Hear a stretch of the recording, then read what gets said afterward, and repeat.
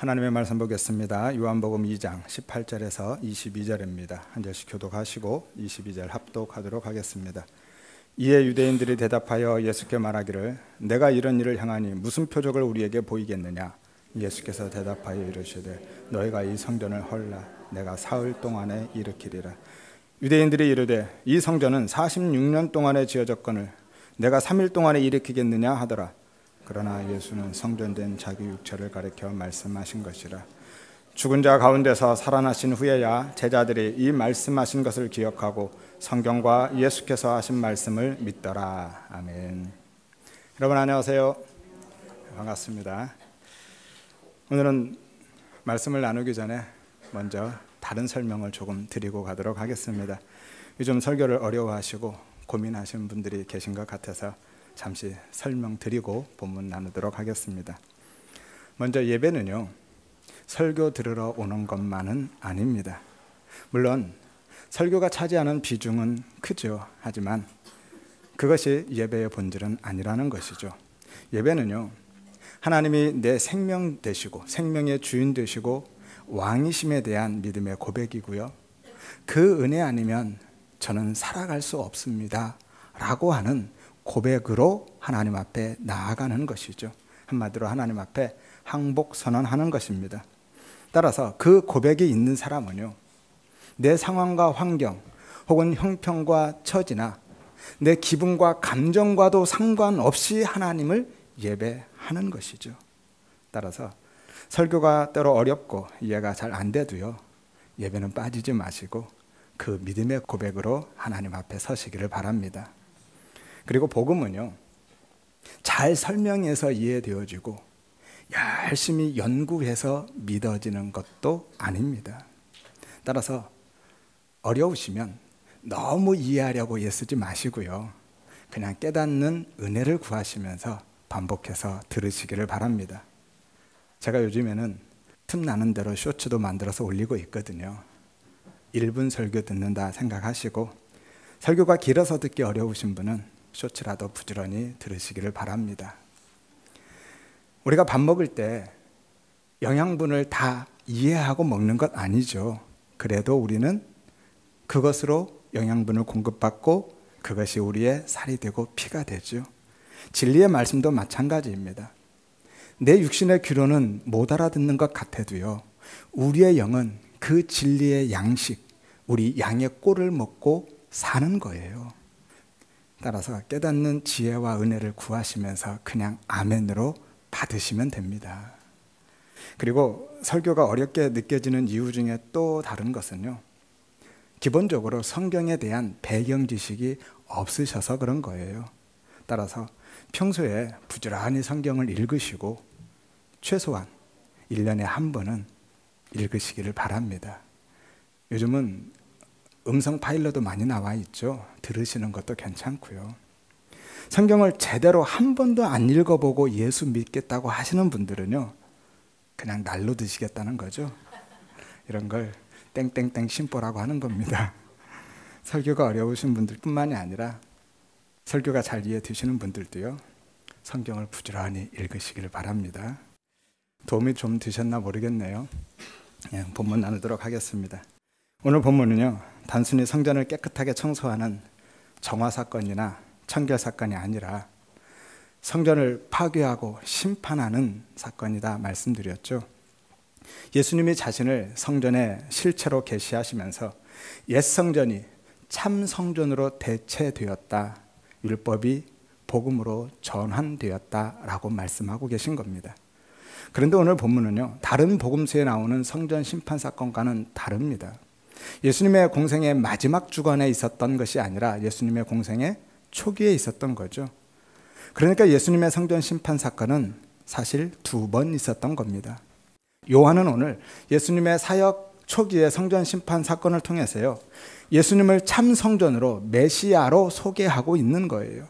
그리고 종말에 완성될 거룩한 성전이 실체로 도래하였다, 그 예수 안에서 종말의 심판이 이미 시작되었다라고 선언하고 계신 겁니다. 그래서 참 성전이신 예수님이 옛 성전을 파괴하고 심판하는 거예요. 모형과 원형이 만나서 모형이 파괴되고 실체로 대체되는 사건이 오늘 본문의 사건이라는 것이죠. 여기서 옛 성전은요, 율법적이고 형식적인 제사 의식과 율법 지킴의 행위들만 붙들고 살았던 유대인들을 상징하고 있죠. 마가복음에서는요, 열매는 없고 잎만 무성한 무화과 나무로 부연 설명도 하고 있습니다. 그래서 그 나무가 영원한 저주와 심판을 받는 것이고요. 따라서 예수님이 그들에게 찾으셨던 열매는 그런 의식적이고 형식적인 예배가 아니라 하나님에 대한 참된 예배의 삶이었다 말씀드렸죠. 그들은 성전에서 하나님을 예배한다고는 했지만 사실은 실제로는 자신의 이익만 추구하고 있었던 거예요. 오늘 본문에서 그들의 모습이 여실히 드러납니다. 예배는 한마디로 하나님 앞에 항복선언이라 말씀드렸습니다. 특정한 시간이나 장소에서 종교 의식을 치르고 신앙적인 행위들을 내어놓는 것이 예배의 전부가 아니에요. 그것이 본질이 아닙니다. 예배는요, 자신의 모든 가치와 질서를 하나님 앞에서 부정하고 자신의 생명까지 내어드리고 맡겨드리는 것이 예배의 본질인 것이죠. 그런데 그들은 하나님을 예배한다고는 했지만 사실은 실제로는 정반대로 살았죠. 하나님께 항복한 자가 아니라 마치 하나님을 정복한 자처럼 행동했습니다. 하나님이 자신의 왕 되시는 것이 아니라 자신을 위한 종처럼 생각하고 행동하고 있어요. 오늘 본문은 그들의 실체를 적나라하게 폭로하고 있죠. 그러면 열매는 없고 잎만 무성한 그들의 실체가 어떤지 본문을 통해서 확인해 보도록 하겠습니다. 13절에 보면 유월절이 다가오자 예수님이 예루살렘으로 올라가십니다. 유월절에 대해서는 잘 아시죠? 유월, 지나가다 혹은 넘어가다 라는 의미죠. 이스라엘 백성들이 출애굽 직전에 10번째 재앙이 있을 때, 장자의 재앙이죠, 어린 양의 피를 문틀에 바르면, 문 좌우 설주와 임방에 바르면 그 피가 있는 집은 죽음의 사자가 그냥 넘어갔습니다. 그 피가 없는 집은 죽음의 사자가 들어가서 모든 첫 것은 다 죽였죠.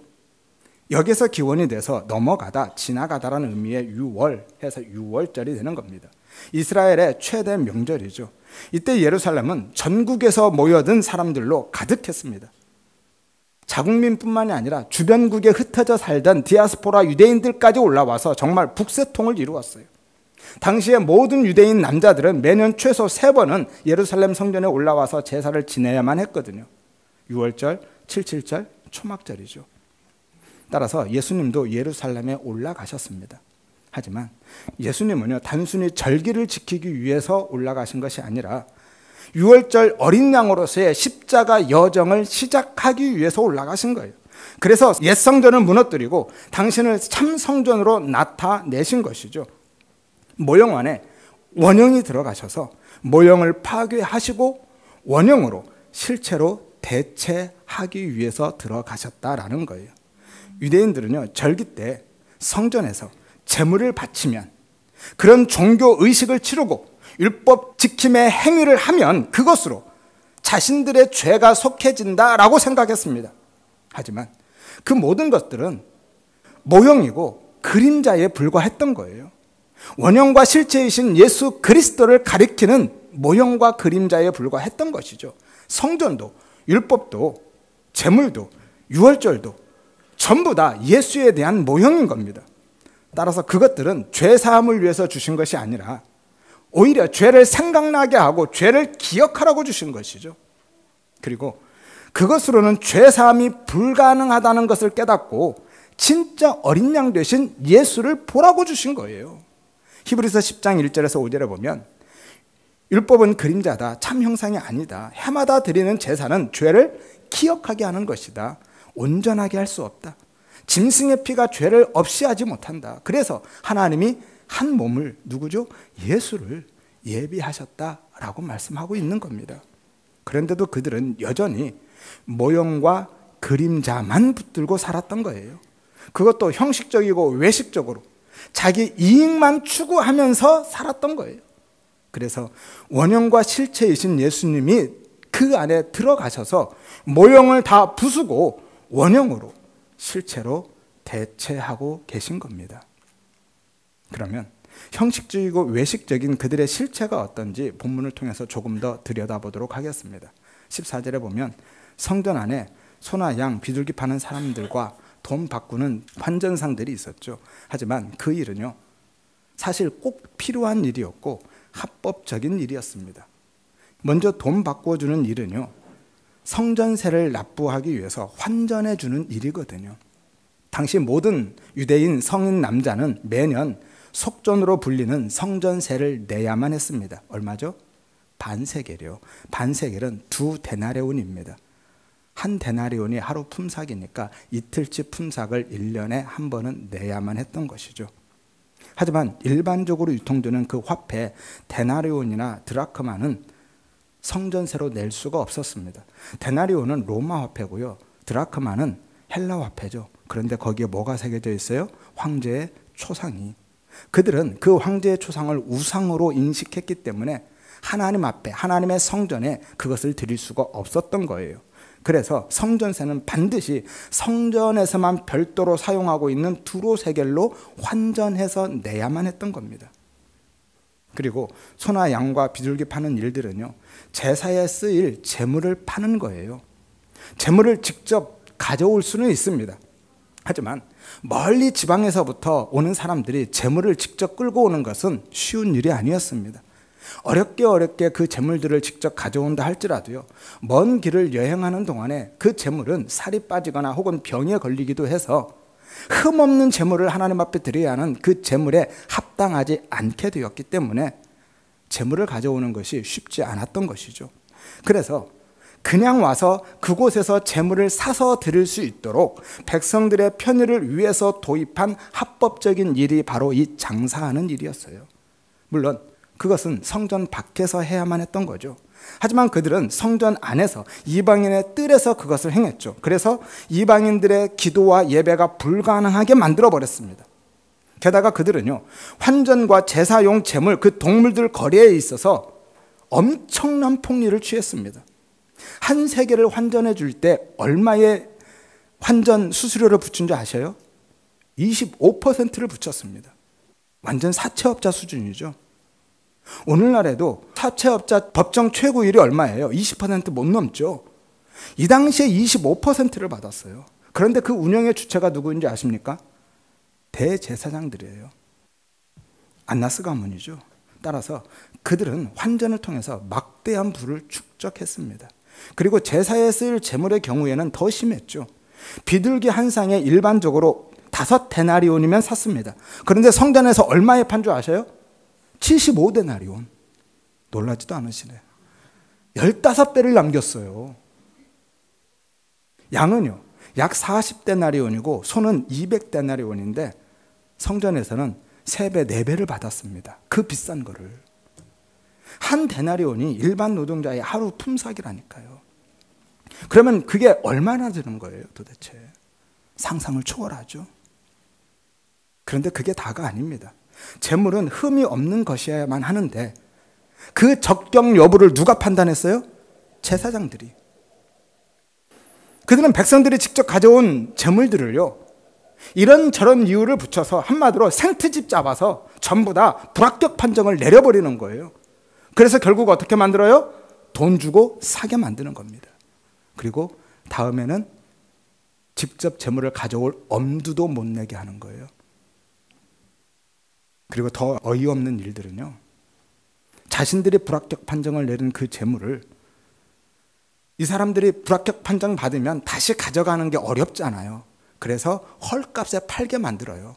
그들이 그 재물을 헐값에 산 다음에 뒤로 돌려서 다시 제사할 재물로 팔아먹는 거예요. 그런데 유월절을 지키러 오는 사람들이 몇 명이나 되는지 아십니까? 요세푸스의 유대 전쟁사를 보면요, 성인 남자의 수만 약 30만 명이었다고 합니다. 그래서 하나님 앞에 제물로 드려지는 양의 수가 약 25만 마리였어요. 나머지는 비둘기나 소를 드렸겠죠. 그러니 그 수익이 얼마나 되겠어요? 가히 천문학적인 숫자입니다. 이러니 예수님이 그들을 향해서 강도의 소굴이라고 할 만하죠. 정말 칼만 안 들었지요. 완전 날강도들이잖아요. 이처럼 성전은 제사와 율법 지킴의 껍데기만 남았고 실제로는 인간의 탐욕으로 가득 찬 강도의 소굴이 된 겁니다. 하나님을 섬긴다는 명목하에 성전이 사적 이윤을 추구하는 도구로 전락해버린 거죠. 한마디로 예배가, 교회가 돈벌이 수단이 되어버린 겁니다. 이것이 바로 형식적인 종교 의식과 외식적인 율법 지킴의 행위만 남은 잎사귀만 무성한 유대주의인 거예요. 그 참혹한 현장에 지금 참 성전이시고 6월절의 실체이시고 진짜 6월절의 어린 양이신 예수님이 들어가신 거예요. 그리고 환전상들과 장사꾼들을 다 쫓아내고 계신 겁니다. 하지만 그것은 단순히 그들의 부정과 부패를 척결하고 사회 정의를 실현하고 계신 것이 아닙니다. 만일 그런 거라면, 부정 척결과 사회 정의 실현을 위한 것이라면 장사꾼들과 환전상들을 그렇게 다 쫓아내면 안 되는 거예요. 왜죠? 그러면 성전세도 못 내고요, 제사도 못 드리거든요. 따라서 예수님이 그 모든 것을 부정하고 추방하신 것은요, 얘들아, 앞으로는 조금 더 잘해보자, 제대로 한번 살아보자 라고 옛 성전의 변화와 개혁을 촉구하고 계신 것이 아닌 거죠. 그럼 뭐죠? 이제는 그것들이 다 필요 없다라는 거죠. 다 쫓아내버리면 더 이상 성전세도 못 내고 제사도 못 드린다니까요. 그러니까 이제 그런 것들이 더 이상 필요 없다라고 예수님이 선언하고 계신 거예요. 죄사함은 더 이상 눈에 보이는 성전에서 이루어지는 것이 아니다라고 말씀하고 계신 거예요. 왜죠? 당신이 실체로 왔으니까. 당신이 참 성전이시고 진짜 6월절 어린 양이시니까요. 따라서 예수님은 지금 성전과 제사에 대한 사형 선고를 내리고 계신 거죠. 그래서 그 일이 성전 정화 사건이 아니라 성전 파괴 사건 혹은 성전 심판 사건이다 라고 말씀드린 겁니다.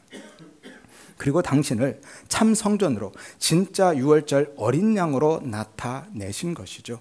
모형이 물러가고 실체가 들어서신 겁니다.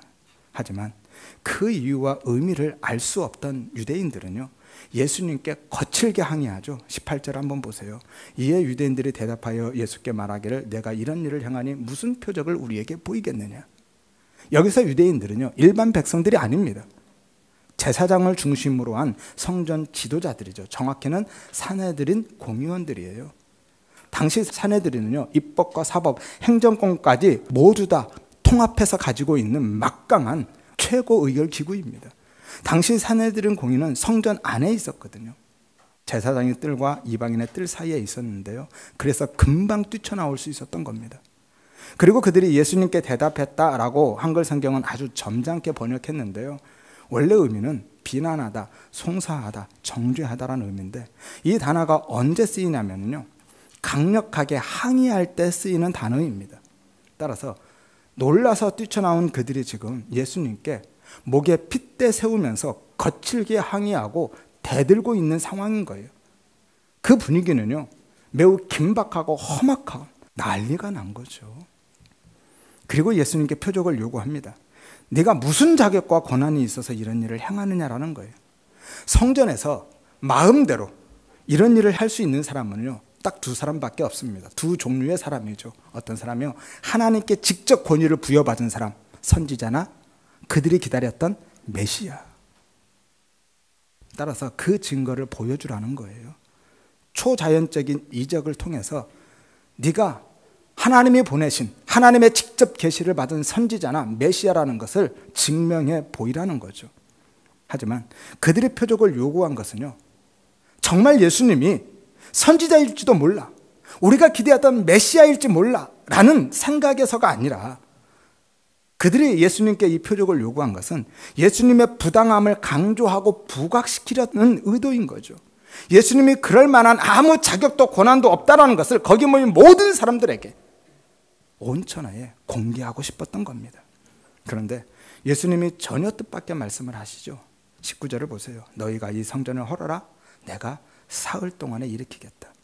여기서 성전은요, 14절에 나오는 성전과는 다른 단어입니다.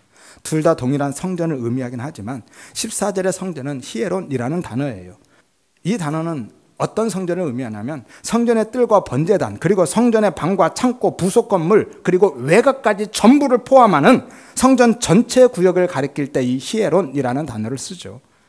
물리적인 공간과 건물로서의 성전을 의미하는 게 이 단어입니다. 그래서 이 단어는요, 형식적이고 외식적인 종교 의식과 그들의 율법주의, 제사를 상징하는 것이 히에론이라는 단어죠. 반면에 19절의 성전은요, 나우스라는 단어예요. 이 단어는 성전과 지성소만 따로 떼서 성전이라고 가리킬 때 쓰는 단어가 이 나우스라는 단어죠. 이미지 한번 주실래요? 이 전체가 히에론입니다. 이방인의 뜰부터 시작해서 방과 창고들 모든 것을 다 포함하는 게 이 성전 히에론이라는 단어고요. 그 다음에 저기 지성소와 성소만을 가리킬 때가 나우스라는 단어예요. 차이를 아시겠어요? 그런데 오늘 19절에 나오는 성전이라는 단어는 뭐라고요? 저 나우스, 성소와 지성소만을 가리키는 거예요. 저것은 건물로서의 성전이 아니라 하나님의 임재의 장소로서의 실체적 성전을 의미하고 있는 것이죠. 다시 말해서 참 성전이신 예수 그리스도에 대한 상징인 거예요.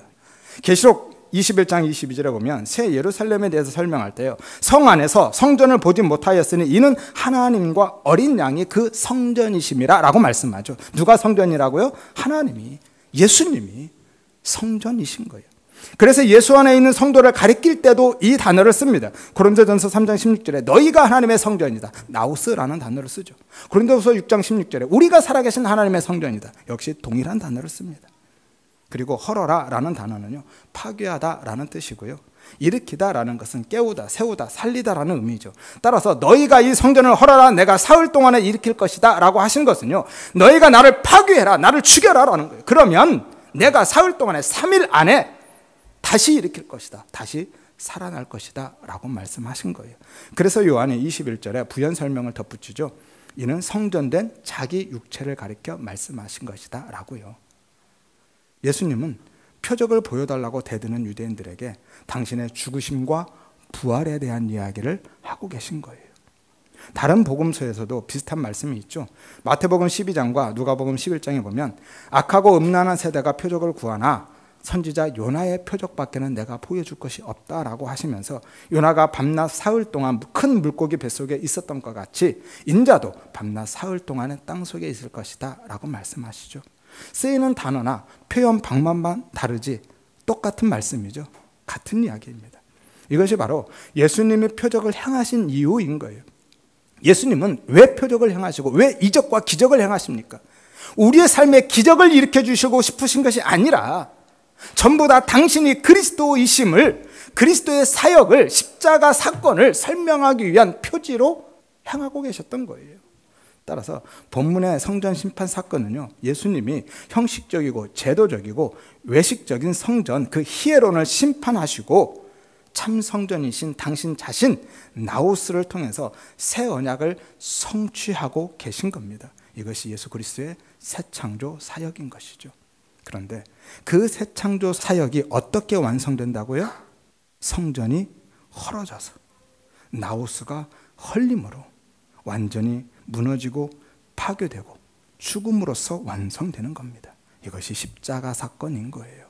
참 성전이신 예수님이 죽으시고 3일 만에 다시 살아나심으로 새 창조 사역을 완성하시는 거죠.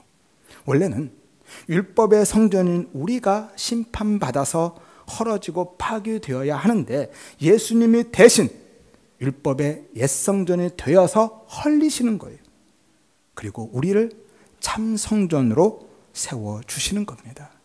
가나 혼인잔치 이야기에도 마찬가지죠. 포도주가 떨어져서 완전히 파장난 잔치집에 예수님이 당신의 생명을 부으셔서 잔치를 회복하시고 신랑으로 서셔서 혼인잔치를 완성해 내시는 이야기가 가나의 혼인잔치 이야기라 말씀드렸죠. 모두가 예수 그리스도와 십자가 구원에 대한 이야기인 거죠. 무화과나무 저주 사건도 똑같은 이야기입니다. 원래는 인만무성한 무화과나무인 우리가 내가 저주받아서 죽어야 하는데 예수님이 나 대신에 저주받은 무화과나무가 되어서 죽으신 거예요. 그래서 나를 생명의 열매를 맺는 나무가 되게 하신 것이죠. 그리고 예수님은 배가 고파서 열매를 구하시던 그 예수님은 아사에서 죽으시고 죽어야 할 열매 없는 우리에게 당신의 생명의 열매를 먹여서 살리신 겁니다. 4장에 보면 사마리아 여인 이야기도 마찬가지죠. 원래는 사마리아 여인이 갈증으로 죽어야 되는데 예수님이 대신 십자가에서 목말라 죽으시고 당신이 생수가 되셔서 우리를 영원히 목마르지 않는 자가 되게 하신 것이죠. 성경은 계속해서 그 이야기만 하고 있어요. 예수와 십자가 구원에 대한 이야기. 그 이야기를 바울은 이렇게 설명합니다. 고린도후서 8장 9절에 보면 우리 주 예수 그리스도의 은혜를 너희가 알거니와 부유하신 자로서 너희를 위하여 가난하게 되심은 그의 가난으로 말미암아 너희를 부유하게 하려 하심이라. 예수님이 우리의 목마름과 우리의 배고픔을, 우리의 사망을 다 가져가시고 우리를 영원히 목마르지 않게 하시는, 우리를 생명의 열매를 맺게 하시는 구원의 은혜를 주셨다라는 것이죠. 그래서 그 결과로 어떻게 돼요? 산이 옮겨지는 거예요. 마가복음 11장 20절에서 23절을 보면 베드로가 무화과나무가 뿌리채 마른 것을 보고 예수님께 뭐라고 합니까? 보십시오, 저주하신 무화과 말랐습니다라고 하자 예수님 뭐라고 하죠? 전혀 엉뚱한 말씀하십니다. 하나님을 믿어라. 누구든지 이 산더러 들리어 바다에 던지리라 하고 마음에 의심하지 않으면 그대로 될 것이다. 무엇이든지 기도하고 구하는 것은 받은 줄로 믿으라. 그리하면 그대로 될 것이다 라고 하죠. 전혀 엉뚱한 말씀입니다. 보세요. 예수님이 가다가 열매가 없는 나무를 보고 저주했어요. 그리고 성전에서 이 일을 행하시고 다시 내려오는데 베드로가 보니까 말랐어요. 그래서 예수님 정말 말라 죽었네요 하니까 예수님 뭐라고 하세요? 그러니까 하나님 믿어야지. 너희가 기도하면 산도 바다에 던져줄 거야 라고 하신 거예요. 그러면 우리가 믿음으로 기도하면 무엇이든지 다 그대로 되는 겁니까? 팁을 하나 더 드릴까요? 이게 무슨 말씀일까요? 평소에 궁금하지 않으셨어요? 내가 기도하면 산도 바다에 던져지나요? 궁금하지 않으시면 그냥 패스하고요. 정말 우리가 믿음이 있으면, 믿음으로 기도하면 산도 들어서 바다에 던질 수 있어요? 다 돼요? 그러면 지금까지 믿음 있는 사람은 아무도 없는 거죠? 왜죠? 산을 들어서 바다에 던진 사람 하나도 없잖아요. 나사로 부활 사건 때도 그랬죠. 살아서 나를 믿는 자는 영원히 죽지 않으리라. 그러면 지금까지 예수 믿은 사람 한 사람도 없죠. 다 죽었잖아요. 지금 그 이야기 하고 있는 거 아니죠? 그러면 믿음으로 기도하면 산을 들어서 바다에 던질 수 있다고 하는 말씀은 뭐예요? 지금 예수님이 어디에서 오고 계세요? 성전에서. 성전을 심판하시고 완전히 파괴하고 내려오시는 중에 이 말씀하신 거예요. 여기서 산이라고 하는 것은요, 예루살렘에 있는 그 시온산을 이야기하는 거예요. 정확히는 성전이 있는 모리아산이죠. 예루살렘 북동쪽에 있죠. 동쪽에는 감람산이 있고요. 그래서 그냥 산이라고 하지 않고 본문에 뭐라고 해요? 정관사를 딱 붙여서 이 산이라고 하는 거예요. 이 산. 너희가 이 산을 들어서 바다에 던질 수 있다라는 이 산. 그럼 그 산은 뭐예요? 그 옛성전이죠. 예루살렘에 있는 옛성전. 잎사귀만 무성한 무화과 나무. 율법주의와 유대주의에 대한 상징으로 말씀하신 거예요. 그것들을 예수를 믿으면 예수님이 나 대신 십자가에서 죽으시고 부활하셨다라는 것을 믿으면, 예수님이 메시아이심을 믿으면, 나의 구원자이시다, 내 생명이다라는 걸 믿으면 그 저주의 산, 옛성전, 율법, 그것들이 다 바다에 던져진다라는 거예요. 이것이 성전 심판 사건과 무화과나무 저주 사건의 진의인 거죠. 모두 다 예수 그리스도의 십자가 구원에 대한 이야기를 하고 계신 겁니다. 그리고 이것이 나다나엘이 보게 될 더 큰 일이죠. 예수 그리스도의 십자가를 통해서 하늘이 열리는 사건입니다. 요한복음은 이렇게요, 깊은 영적 의미와 탄탄한 논리를 가지고 기록하고 있는 책인 거죠. 하지만 우매한 유대인들은 알아듣지 못하고요, 이 말씀으로 끝까지 예수님을 조롱하고 결국 십자가에 못 박아 죽이죠. 마가복음 15장 29절에 30절에 지나가는 자들은 자기 머리를 흔들며 예수를 모욕하여 이르되 아하, 성전을 헐고 사흘에 짓는 자여, 내가 너를 구원하여 십자가에서 내려오라 라고 조롱하죠. 그래서 요한이 17절을 덧붙이고 있는 거예요. 제자들이 성경 말씀에 주의 전을 사모하는 열심히 나를 삼키리라 한 것을 기억했다고요. 이것은 시편 69편 9절을 인용한 말씀인데요, 주의 집을 위하는 열성이 나를 삼키고 주를 비방하는 비방이 내게 미쳤다라는 말씀이죠. 여기서 삼킨다라는 것은요, 예수 그리스도의 십자가 죽음에 대한 상징으로 말씀하고 있는 것이죠. 따라서 성전을 향한 예수님의 열심 때문에 성전을 변화시키고 개혁하고자 하는 그 열심이 아니라 성전을 심판하는 열심인 거예요. 메시아의 사역에 대한 열심인 거죠. 그 열심 때문에 예수님이 조롱을 받고 고난을 당하고 결국 십자가에 달려 돌아가시게 됐다라는 것이죠. 따라서 예수님의 열심은 자신의 이익을 위한 열심이 아니라 오히려 손해와 희생을 향한 열심이었던 거예요. 그런데 유대인들은요, 성전의 지도자들은 어떤 열심을 가지고 있었어요? 종교적이고 율법적이고 형식적인 행위에 대한 열심만 가지고 있었죠. 그것도 하나님을 위한 것이 아니라 자신을 위해서, 자신들의 이익을 위해서 열심을 냈던 겁니다. 예수님은 오늘 그것을 부수고 계신 거고요. 그리고 그것은 하나님을 열심히 섬긴다고 하면서도 거기에서 자신들의 이익만 추구하고 있는 자들로 대표된 모든 죄인들을 대신해서 파괴되고 삼켜질 당신 자신을 예표하고 있는 거예요. 당신 자신을 그렇게 계시해 주고 있는 겁니다. 그리고 결국 예수님이 그렇게 저주받아 심판받아 죽어야 할 내가 되어서 죽으신 겁니다. 이것이 광야의 노뱀 사건이죠. 거기에는 원래 내가 달려야 되는 거예요. 그런데 예수님이 나 대신 저주받은 뱀이 되어 달려서 죽으신 거죠. 요한복음 3장 14절에 보면 모세가 광야에서 뱀을 든 것 같이 인자도 들려야 하리라 라고 말씀하죠. 아마 다음 본문에서 살펴볼 건데요. 예수님이 그렇게 저주받은 나무 위에서 나 대신 저주받은 뱀이 되어서 죽으신 거예요. 따라서 우리는요, 무엇을 해서가 아니라 믿음으로 그 예수를 보면 사는 거예요. 이것이 구원입니다. 광야의 노뱀 사건이 그 사건이잖아요. 시간 관계상 다 설명드릴 수는 없고요. 다음 본문에서 조금 더 설명드리도록 하겠습니다. 그래서 구원이 은혜라고 하는 겁니다. 그런데 이스라엘 백성들은 뭐 했습니까? 히스기야 왕 때까지요, 약 700년 동안 그 노뱀 섬겼어요. 노뱀 자체를 섬기며 살았습니다. 그 노뱀은 예수 그리스도와 십자가 사역을 가리키는 표적, 표지일 뿐인데 정말 말 그대로 누후수단, 그냥 노조각일 뿐인 거예요. 그런데 이스라엘 백성들은 그걸 섬겼다니까요. 왜 그걸 버리지 못하고 섬기고 있었죠? 그게 병을 고쳐줬다고 생각했으니까요. 정말 견월망지한 거죠. 저 달을 보라고 가리켰더니 달은 안 보고 계속 손가락만 보고 있었던 거예요. 그 노뱀은 예수를 보라고 가리킨 건데 이스라엘 백성들은 노뱀을 섬기고 있었던 거죠. 그래서 지금도 보면요, 대한의사협회나 세계보건기구 로고에 뭐가 들어가 있어요? 그 뱀이 들어가 있는 거예요. 장대에 감겨 있는 뱀. 치유와 회복에 대한 상징으로 들어가 있는 거죠.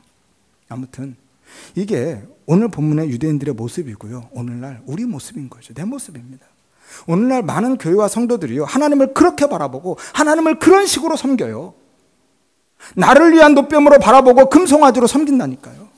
따라서 구원의 은혜에 대한 감사로 하나님 앞에 항복하는 마음으로 하나님을 예배하고 그 하나님을 사랑해서 기쁘게 하나님을 섬기는 것이 아니라 하나님의 힘을 필요로 해서 더 많은 보상을 바라고 예배하고 더 좋은, 더 많은 상급을 기대하고 헌금하고 봉사하고 섬긴다라는 거예요. 그뿐 아니죠.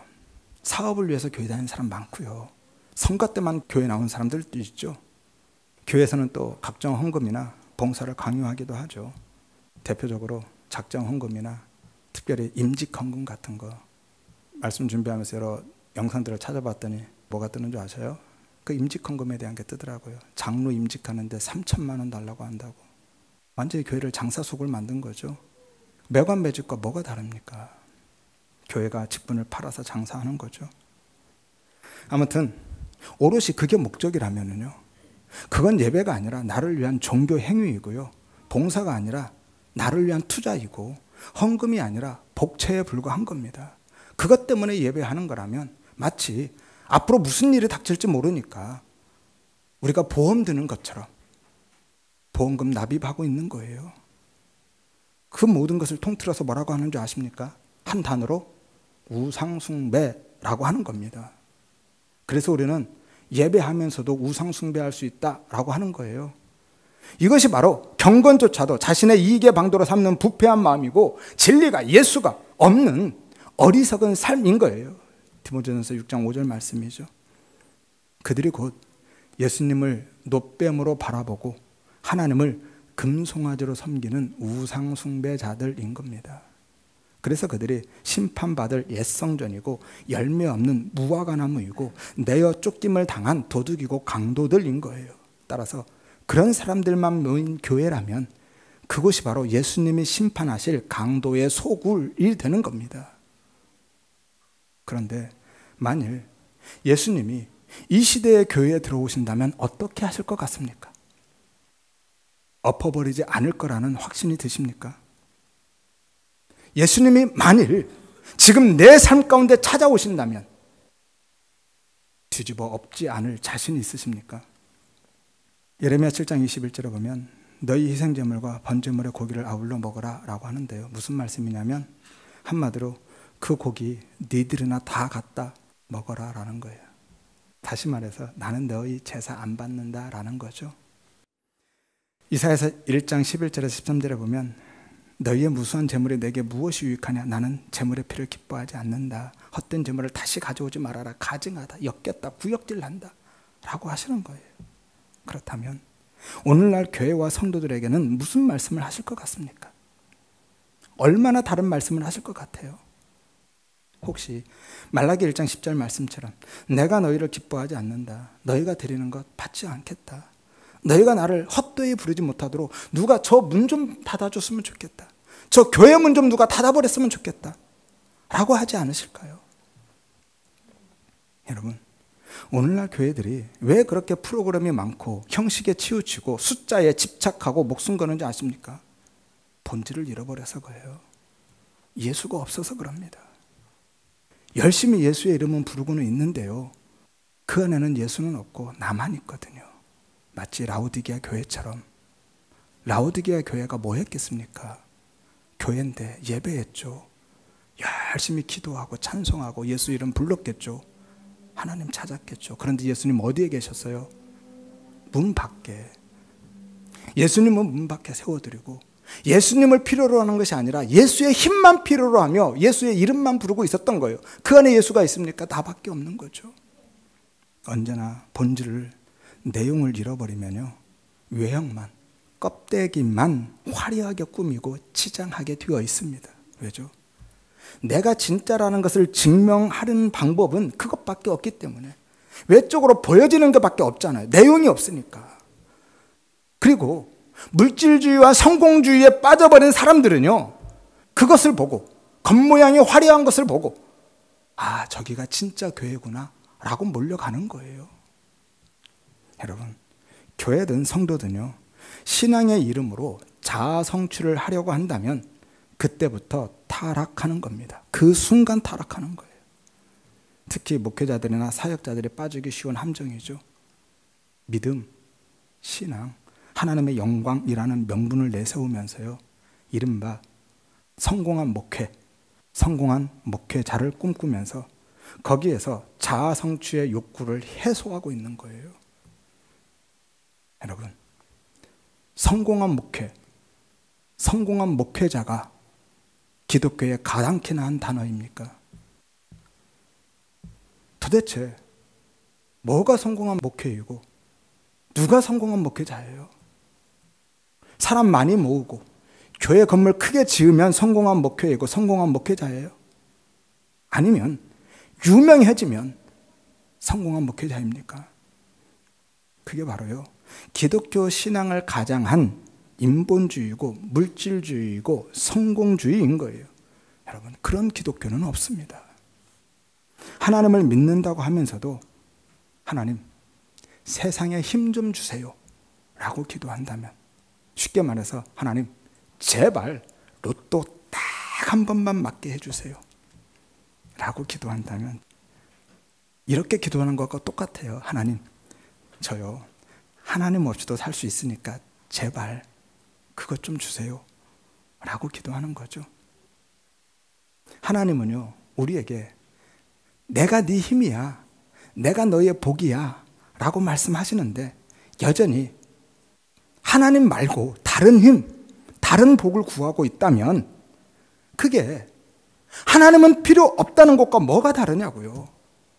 하나님은 필요 없고 내가 원하는 것만 달라는 거잖아요.